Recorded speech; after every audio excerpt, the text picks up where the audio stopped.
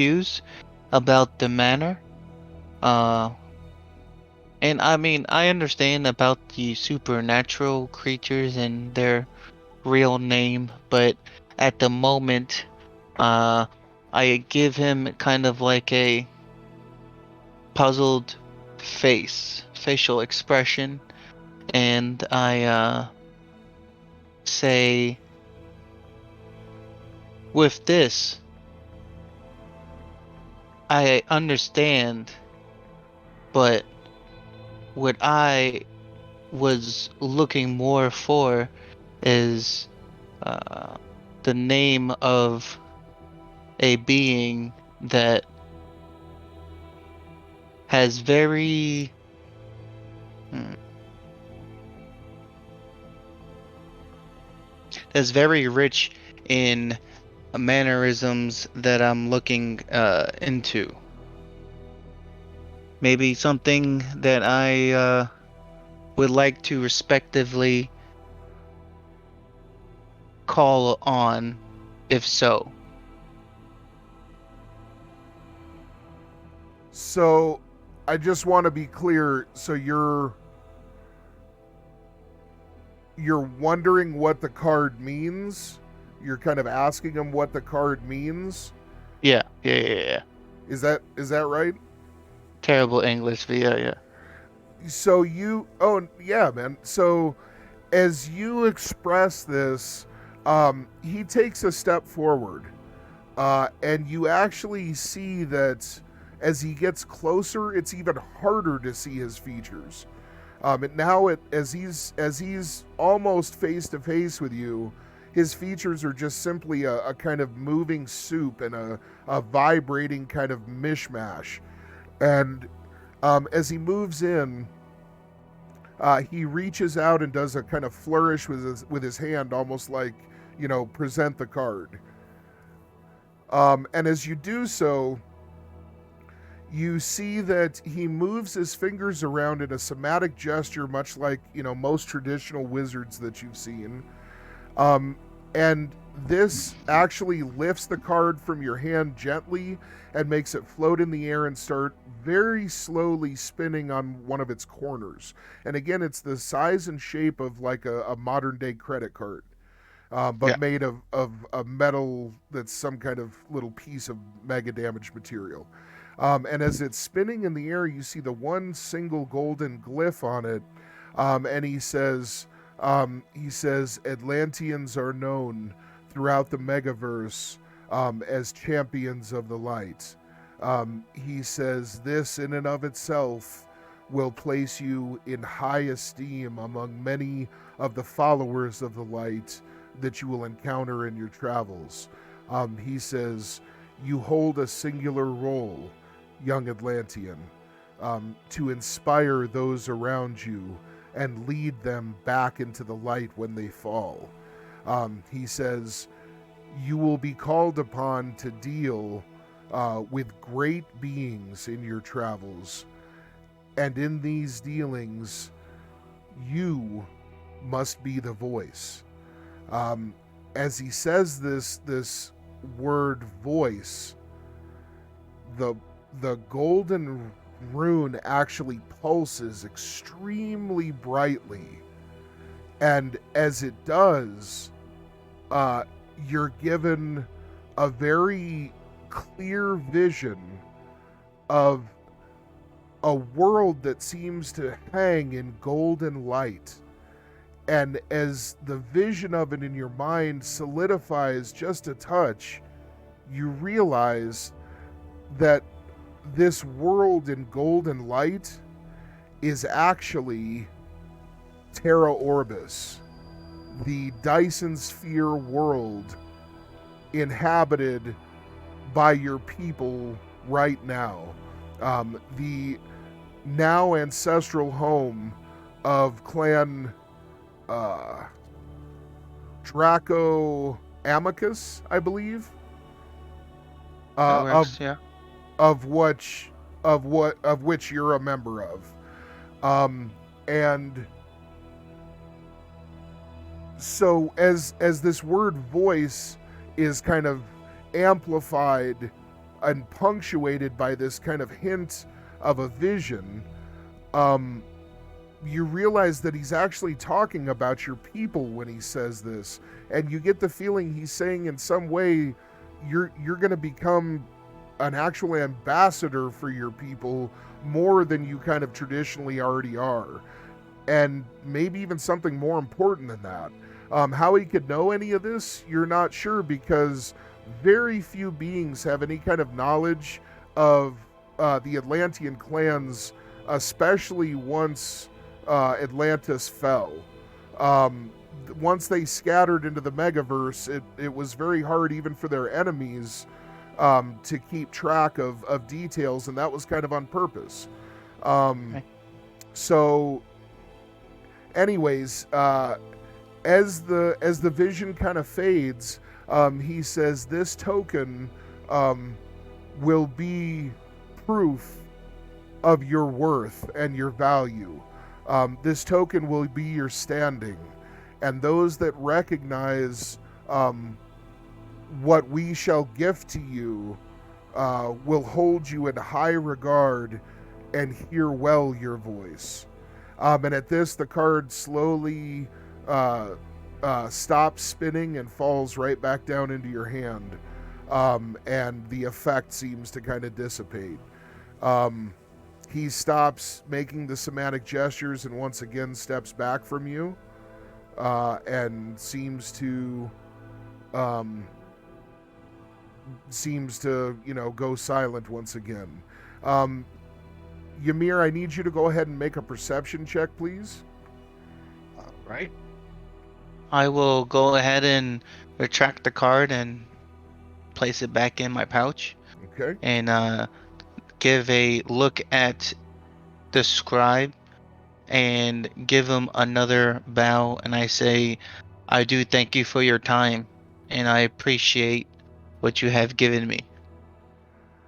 At this, he nods very, very respectfully and solemnly.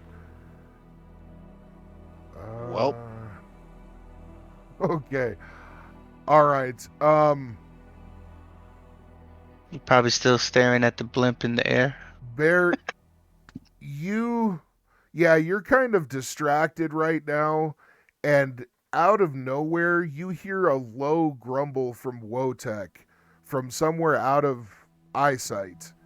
But this low growl actually perks you up slightly, and as you kind of look around for its source, you now notice that on the far end,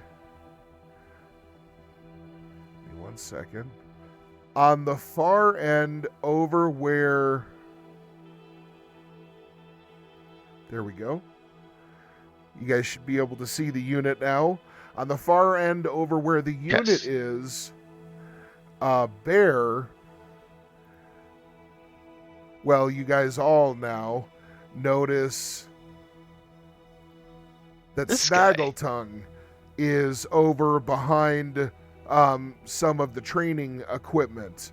And Wotek, Bear, you believe, was reacting to the way that you see the unit looking fearfully over at the equipment that Snaggletongue is behind.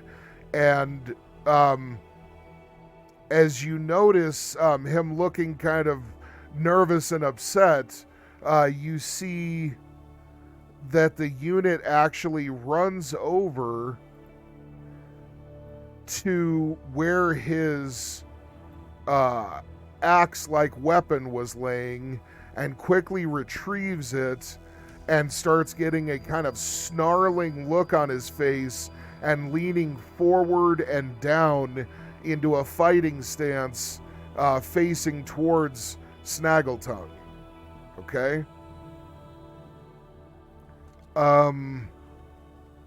Snaggletongue at this seems to be looking really worried, and as he glances around, kind of trying to decide whether or not he can make a run for it, you see on his face that obviously he feels like he won't be able to get into some buildings in time to avoid the wrath of this huge fucking beast. And as he seems to panic, you see him reach up and touch an amulet on his chest. As he reaches up and touches, it's almost like a seal, like an imperial seal. You see a bright kind of crimson flash erupt from it. At this, Akama, you notice right away that Ymir appears to be really engrossed in watching something back behind you, and you turn and you start seeing all of this unfolding as well. You're just witness to the unit actually looking like he's going to kind of move in on Snaggletongue, and that Snaggletongue activated something on his chest, creating a flash of energy. As soon as this happens, you guys hear from where the scribe has been standing. You hear the scribe say, that weaselly little bastard was listening in on us. And as he says this, the noise of his voice just simply dissipates, and as you both glance back, he just appears to be gone.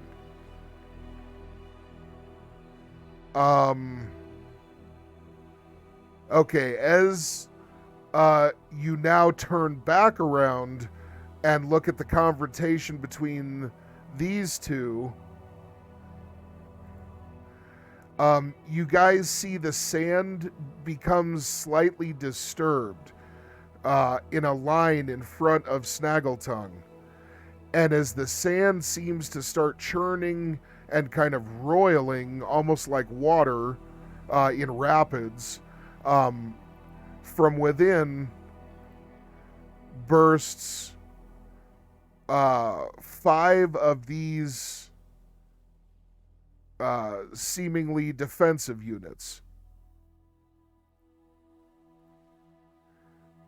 Go ahead and give a clear image of these. Let's go, baby.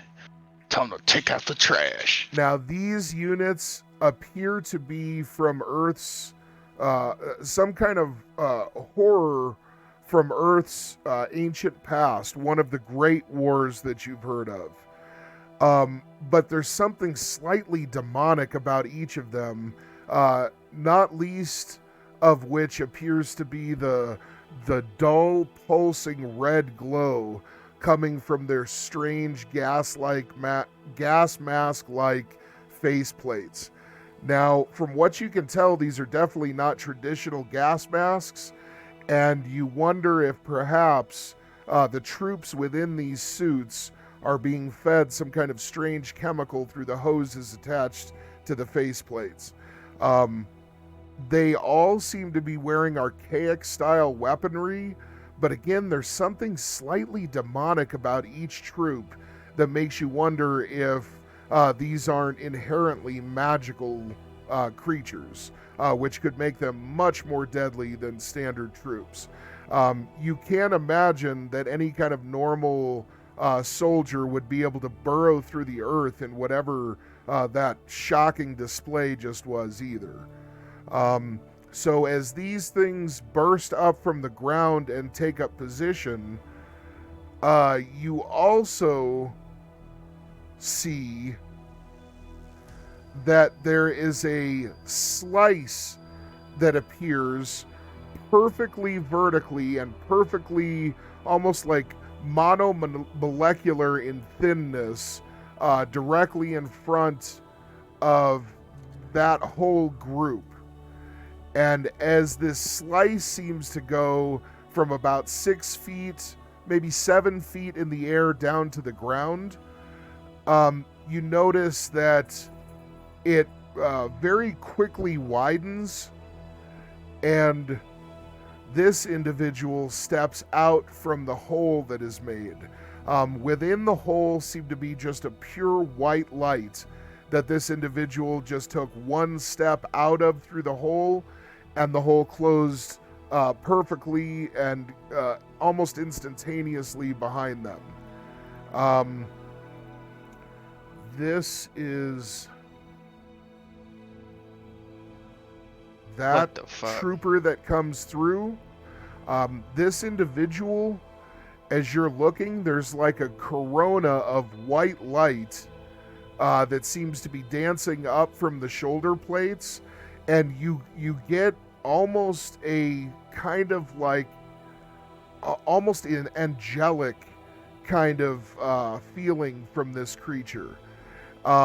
Although it definitely looks like it is made for death dealing.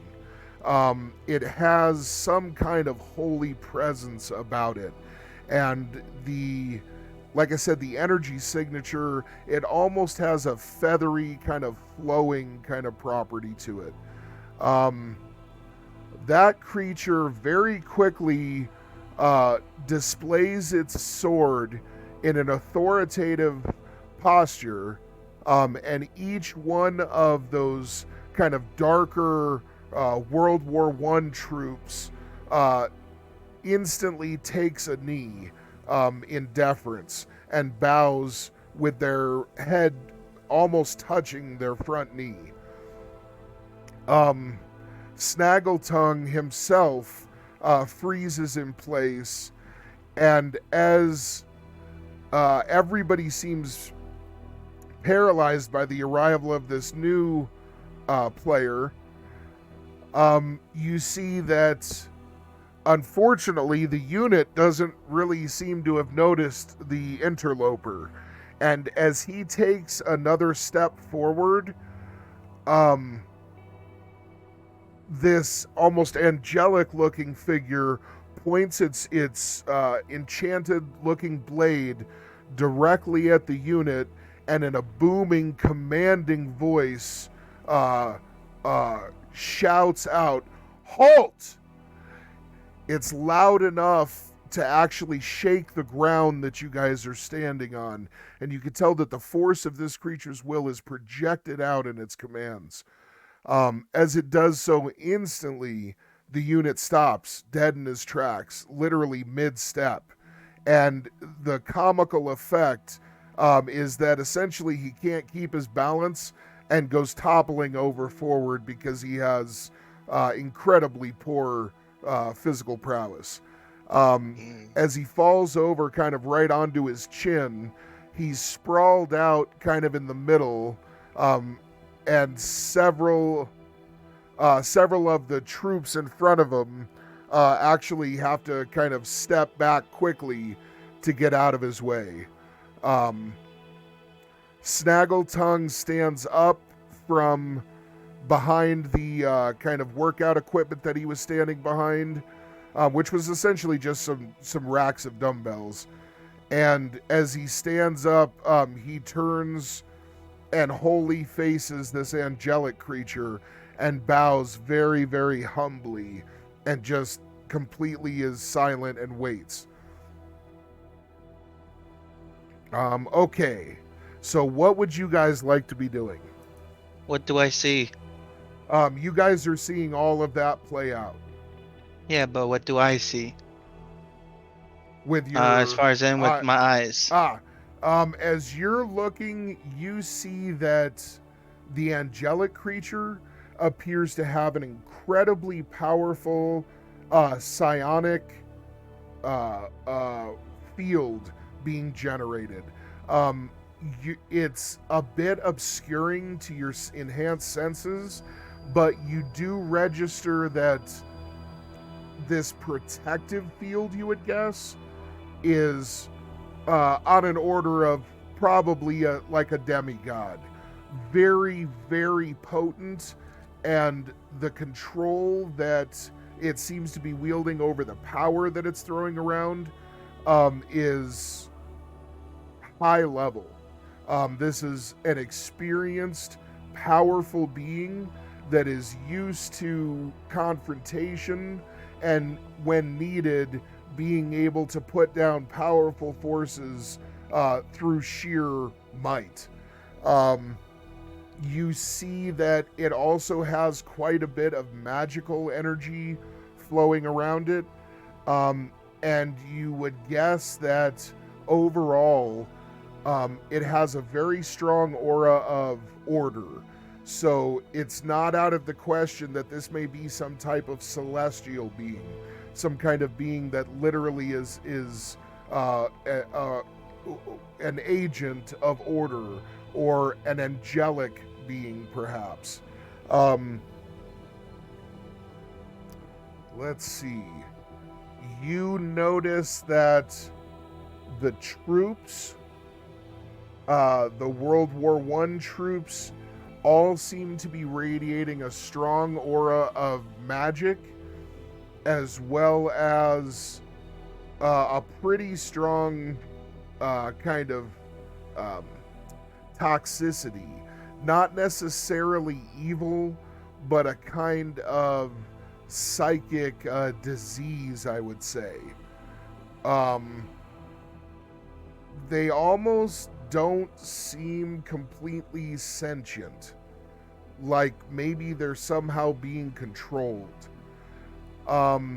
They do seem fairly powerful, though, although not on the scale of the angelic being at all.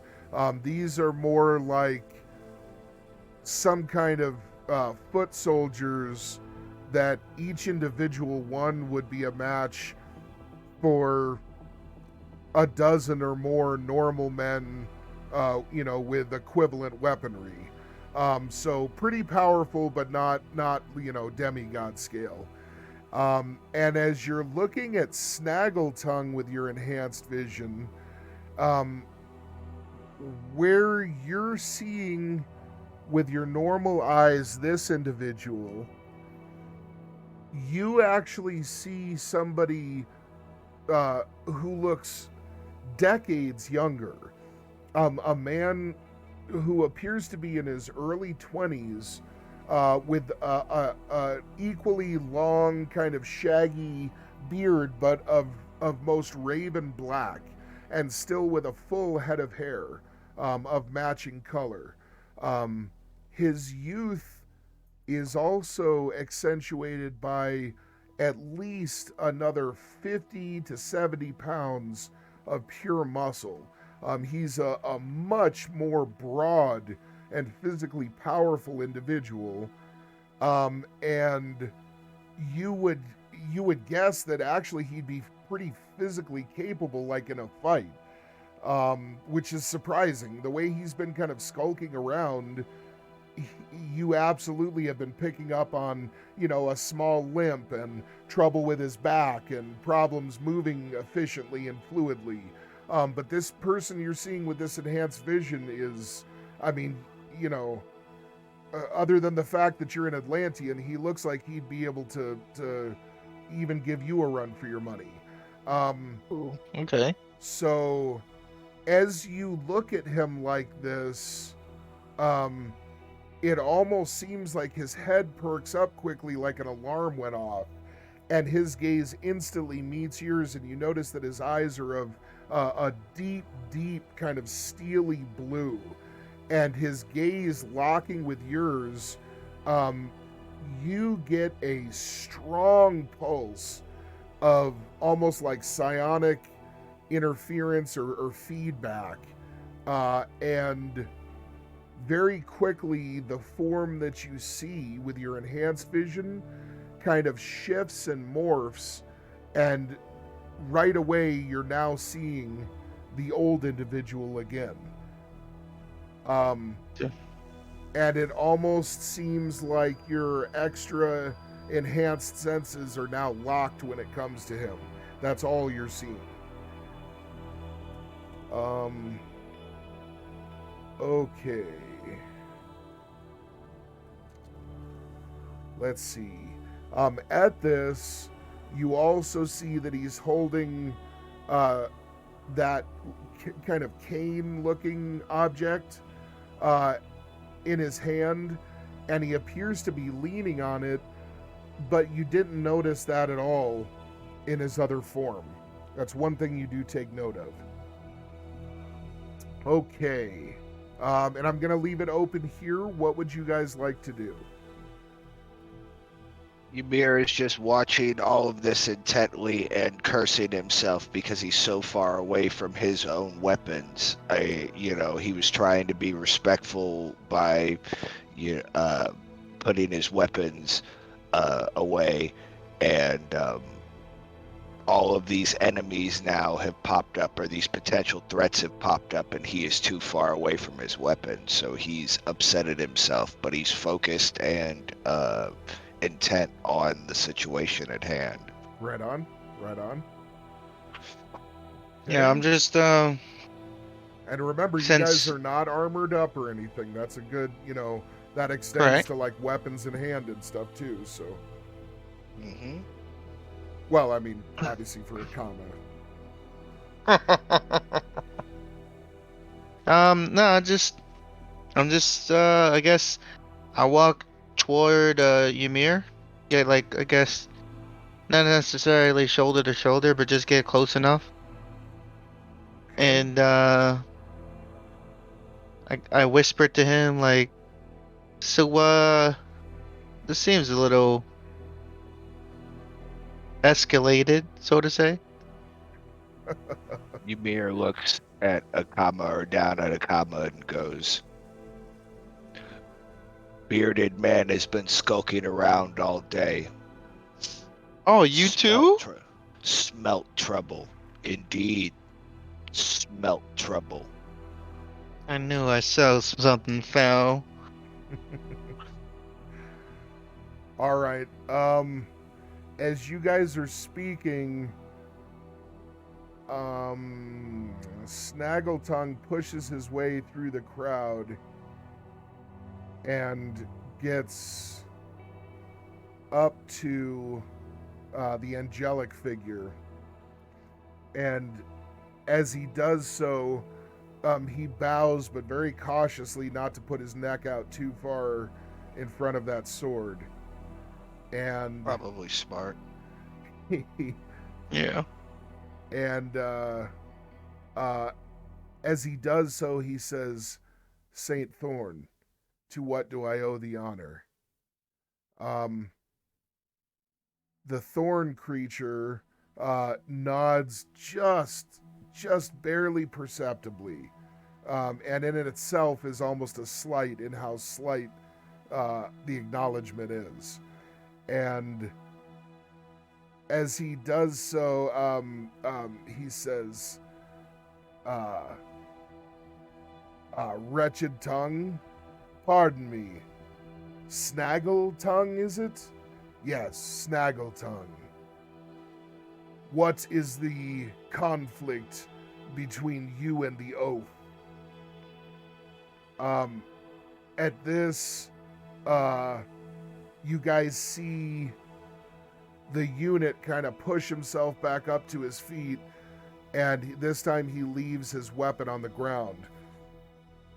He faces towards Thorn, and puts both hands together, interlocking his fingers in front of his belly, and like bows forward like a child would. And he says, "Mr. Thorn, sorry. I saw him lurking. Told him no more lurking. He won't listen. Sick of his eyeballs. My fault, boss. My fault." And at this, you see a slight bit of sly calculation on the face of the unit as he glances over at Snaggletongue, almost to see if he's going to back his version of things up. And right away, Snaggletongue does indeed nod, saying, Indeed, 'twas my fault for sure. I have been trying to keep an eye on yon visitors today, as I have a bad feeling of their intent in this place. And he says this plenty loud for you guys to be able to hear it. And Oh, then, I heard it. And then he turns back to the unit, and he nods slightly, and he says, "My apologies. I know that you have addressed me before about not intruding on your privacy." He looks back at what appears to be his personal guard and flicks his hand in the air. And as he does so, the entire contingent of the soldiers simply fades back down into the sand several feet at a time, almost looking like they're melting into water. As soon as they disappear with Snaggletongue's order, Thorn very quickly flips its blade around and quickly resheathes it. It glances over at the unit, and it says, "D-Way, you tell me there is no conflict, yes?" At this, the unit nods, and Thorn repeats the act with Snaggletongue, who in turn also acquiesces and says that the conflict is done. With this, Thorn seems to just slightly glance over its shoulder, almost waiting just half a beat to see if either of you are going to say anything. A slight moment is passing. Does anybody say or do anything? He's glancing at us. He's not really looking at you. He's looking like just barely over his shoulder. So in a way, you would guess that he's just giving you an opportunity, if somebody back there wants to say something, to go ahead and say it. Does that make sense? Yeah, nothing. I'm good. Okay. And Ymir is silent as well? Ymir is mostly silent, yes. Okay. All right. And at this, he just turns forward again and just kind of gives a curt nod at both parties. And then just as quickly as it had stepped through the portal, it makes a very fast flashing gesture with one finger on its left hand, straight up from the ground to the sky. And as it does so, another of those slices in reality opens, and it simply steps through and is gone. That's sweet. Snaggletongue turns and quickly starts heading away. And the unit reaches down and picks up its weapon, and just with a kind of grinding look on its face, like jaws grinding, it just slowly is watching Snaggletongue leave.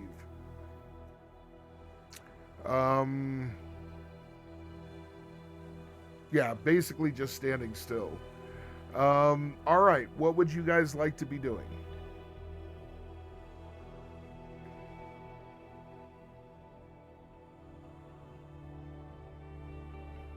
Ymir will look at Akama and be like, and look at him and say, "Should we investigate?"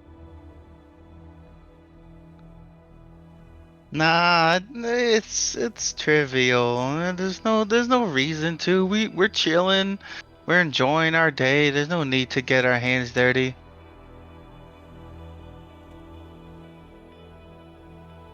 He's been watching us all day. He has been agitated the last few times I've seen him, more so than he was at the start.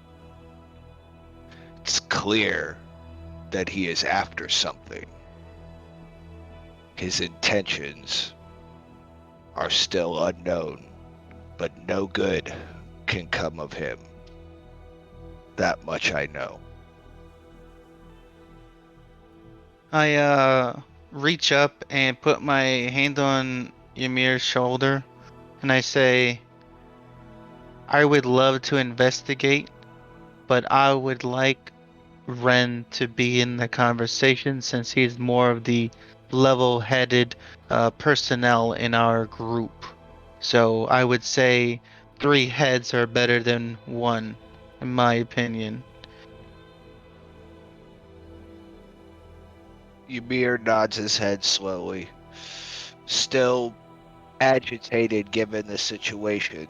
Not at Akama, just at the situation, being away from his weapons, all these enemies popping up, or these threats popping up, Snaggletongue showing his face again, but he slowly nods his head, and he goes, agreed.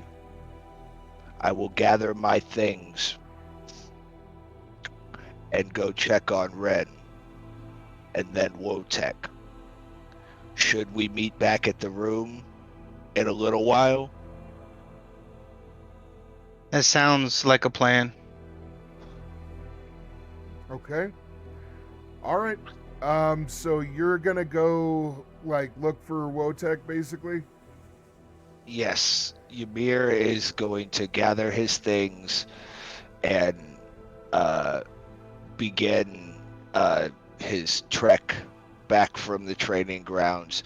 Check in on Ren as he makes his way out towards the hilly pastures or by the tree overlooking the main courtyard where he just managed to see Wotek later on, or earlier that day, I should say.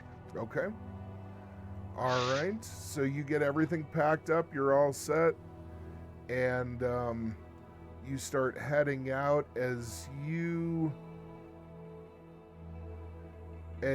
get to. There we go. As you get to the edge of the training ground, you hear a loud kind of bang coming from the workshop area that you're heading towards to check on Ren. And as you get over there, you get outside of the workshop he rented, and you can hear him cussing up a storm because obviously something has gone wrong. You slowly kind of start creaking the door open to check on him, and he yells something in a language you don't understand that's obviously a swear word, and throws some kind of metal at the door, making you instantly close it at the little fit of rage that he's throwing over the problems he's having with his research. But you are glad to see that your companion is getting some real time in the lab that he's been needing. This has been something that you get a feeling he's really, really needed to focus on, and that he's going to come out the other end a lot better. So you're happy to see that. You also notice in just a little bit that the door opened that he's already eaten over half of the food that was left. So he's doing good. Everything's good. That's good. So as you leave him there, you start heading up around in one of the trails that leads to where you feel like Wotek is probably hanging out. What would you like to be doing, Akama?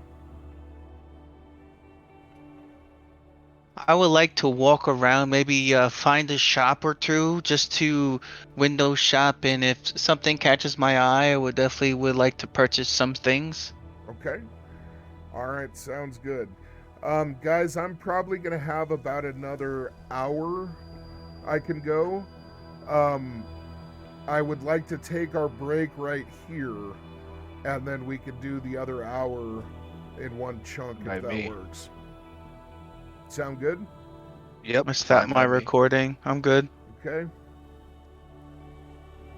All right, I'll be back. All right, me too.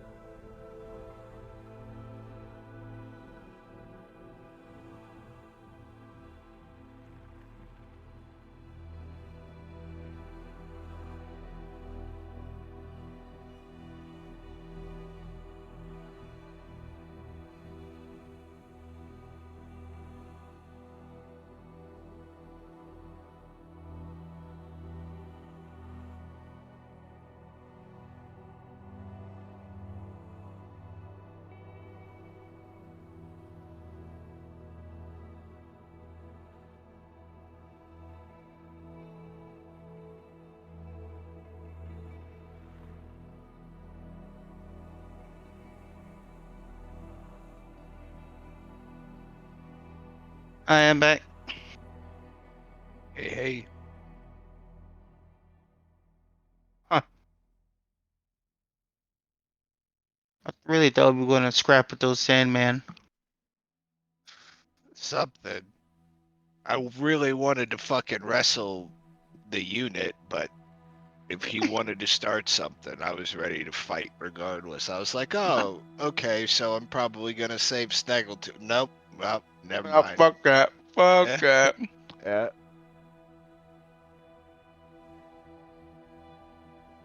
And we got a fucking angelic assassin showing up. The agent of order.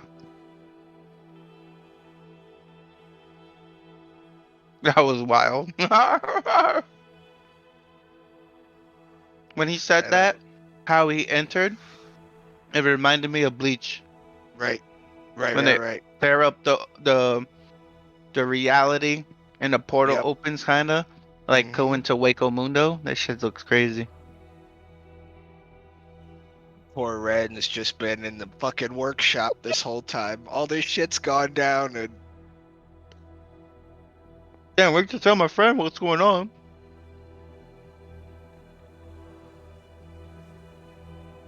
so, Ren, you know when you were working on your armor, right?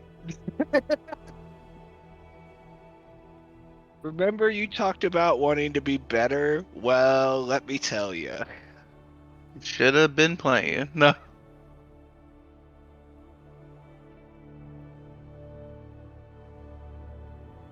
Well, not only that, but think about it. Oh, hey, Ren, while you were in the workshop, you know an army full of World War II zombies were summoned by fucking Snaggletooth, right? And there's an angelic assassin, agent of order, demigod thing ripping a hole in reality and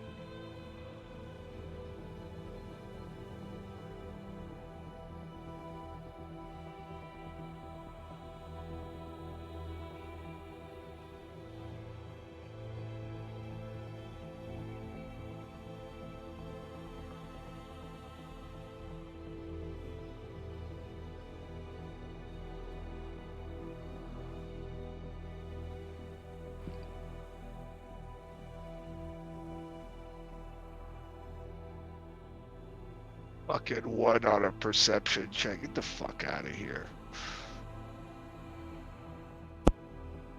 All right, I am back. I'm Hello, not. sir. How you guys doing? I'm not here. Oh, Yield and focused for the next little bit anyway. Excellent. Yeah, I had to make a mouth sandwich, man. I was fucking goddamn getting hungry Fading as a fuck. little bit. Yeah, Yeah. I know. Yeah, I've been there. I just realized we had been going about 3 hours, so all right. Yeah, even despite the late start. Yeah. Okay, so Dex, you want to let me know when you're back up and we'll Yeah. Give me 2 we'll seconds. sync up our cycles. Think I'm running Fuck's down sake. watches. Okay. Gonna start in 3, 2, 1, fire.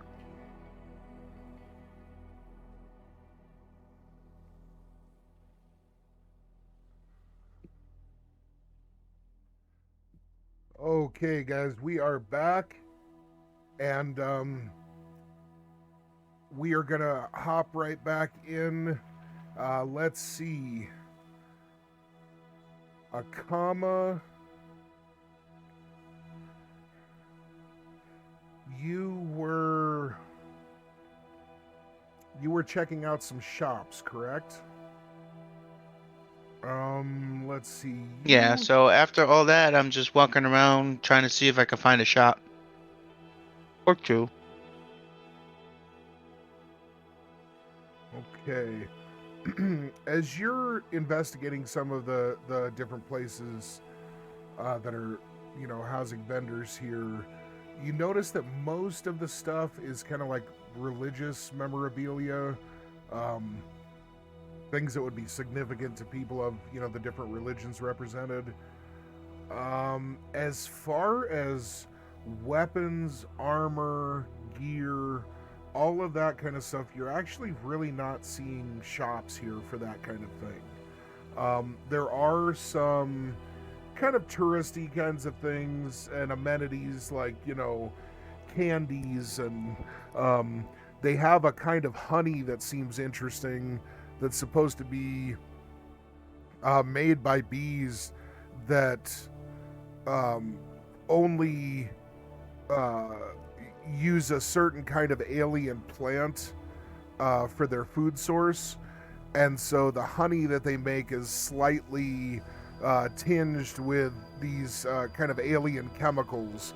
And the net effect is that whatever you put the honey in, it's supposed to give kind of a mild hallucinogenic kind of effect. So, some tourists like that as like a topper to things, as a little souvenir to take with them. And then there are, one thing you see is that there are a lot of really interesting and nice assortments to all the different bells and wind chimes that they sell in the shops as well. Beyond that, this isn't a place that really sells all the necessities because it's more of a tourist location than a residence. And in that sense, you think that they probably just trade for all the shit that they need as far as food and everything else. I will like to go to the shop that has the religious things in it. Okay. You head on in, and there's actually a dwarf that is okay. dressed in what you would gather to be the garb of some kind of archaic deity, because the dwarf is wearing a simple kind of gray robe that just has a single dot dead center of the chest of bright white. Other than that, the robe is completely unadorned, and it's actually in pretty poor shape, which means that one of the tenets of this religion is probably, poverty and that kind of thing.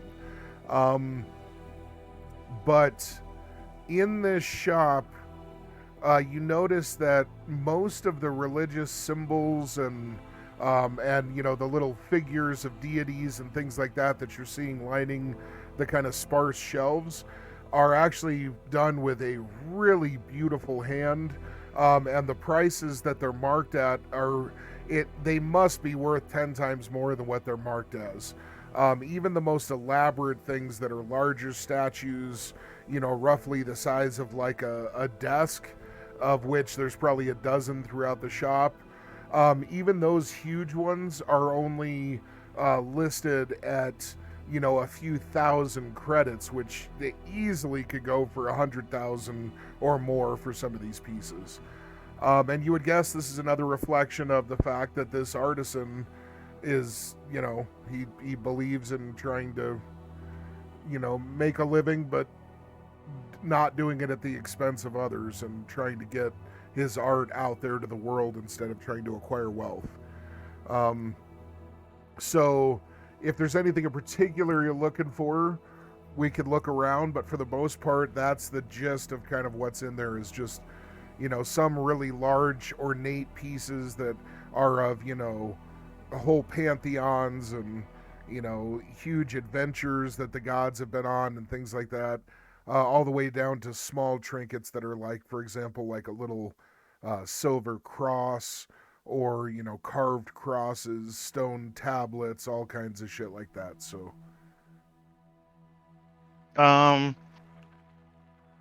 Is there any like Greek mythology, any type of Norse mythology? Is that like a thing in this world? yeah, there's a few of the pieces that you're seeing seem to represent what would be a more kind of ancient pantheon of gods, like, Greek gods.